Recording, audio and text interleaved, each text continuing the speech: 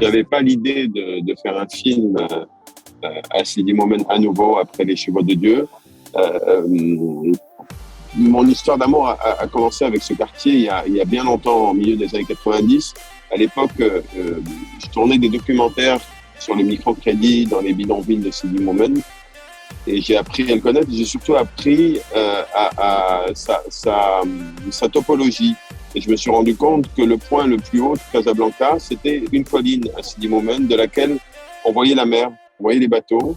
Et quand des années plus tard, j'ai tourné à Ali Zaouar, 4 ans plus tard, j'ai décidé de tourner le début d'Ali Zaouar de cette colline de Sidi Momen, le moment où Ali se fait tuer, reçoit la pierre, enfin toutes ces premières scènes du film. Oui. Et j'y suis retourné effectivement pour Les Chevaux de Dieu. Entre-temps, j'avais créé une fondation qui s'appelle la Fondation Ali Zaouar, dans le but d'aider les jeunes à travers la culture à s'exprimer. Je ne savais pas trop comment encore à l'époque, mais ce qui est intéressant, c'est que après Les Chevaux de Dieu, est née cette idée de laisser une empreinte, une trace dans ce quartier. Ça a été ce centre culturel, Les Étoiles de Sidi Momen, dans lequel j'ai tourné ce film.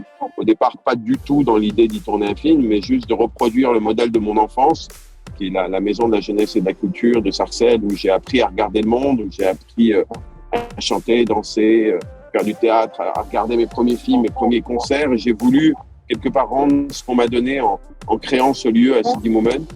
Et évidemment, en créant un lieu, on s'intéresse à ce qui s'y fait.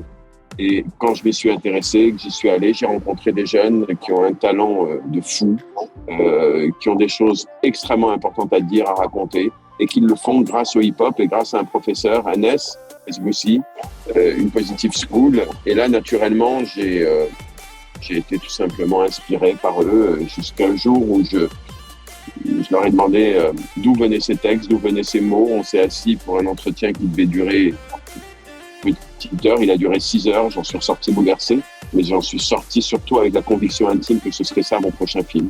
C'était il y a 4 ans, en novembre 2017.